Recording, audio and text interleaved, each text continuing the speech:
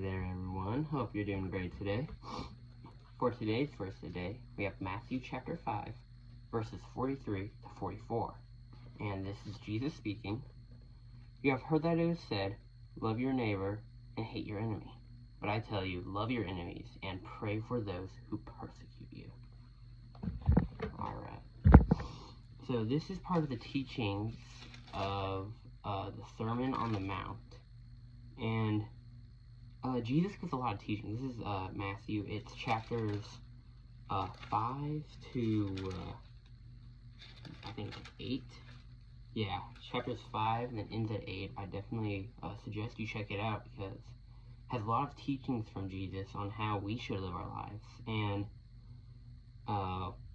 in these teachings, we'll see a lot of times he says something that is in the law. Alright, like this one. Love your neighbor and hate your enemy. But then he'll add on to it. He'll like change it a little bit. And we see here that's what he does in the next verse where he says that you should love your enemies and pray for those who persecute you. So we see this from Jesus himself actually.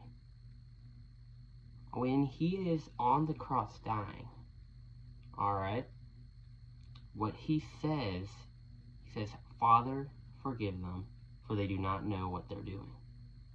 He's on the cross. He's bleeding out, like dying. And as he's dying, he prays for those who are killing him, right there. And that is the type of love that we need to have for our enemies, which is a really, really difficult thing to do. Alright, because to love your enemies,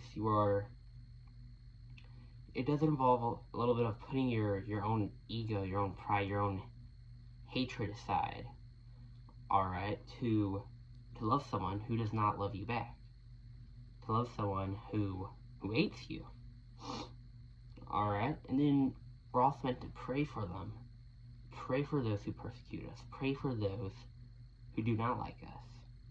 And that's also a hard thing to do, to find genuine love for someone, genuine care for another person that hates you.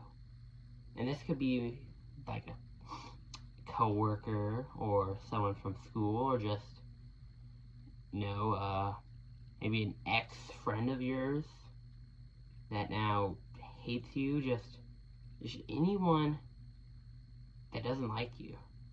People that you know don't like you. We are meant to love.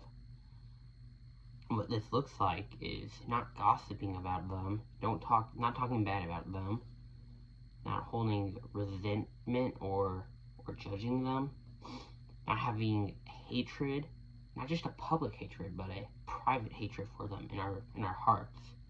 We can't have hateful thoughts about this person. We can't harbor anger towards this person. That's not loving them. We have to genuinely care for them.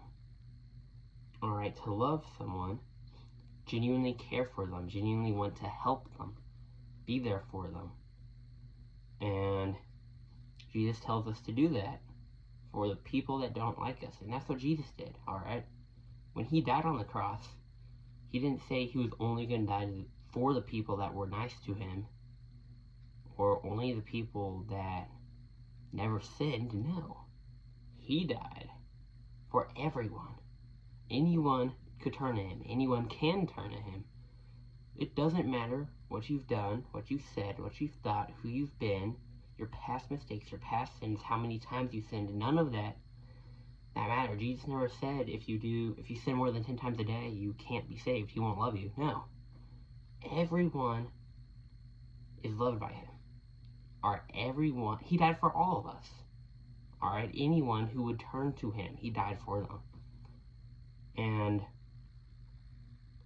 if he's able to do that, alright, to die for them, to die for all the people that talk bad about him, died for the people that spit on him, that mocked him, that broke the law of God, if he could die for them, then we could at least be nice to those who hate us.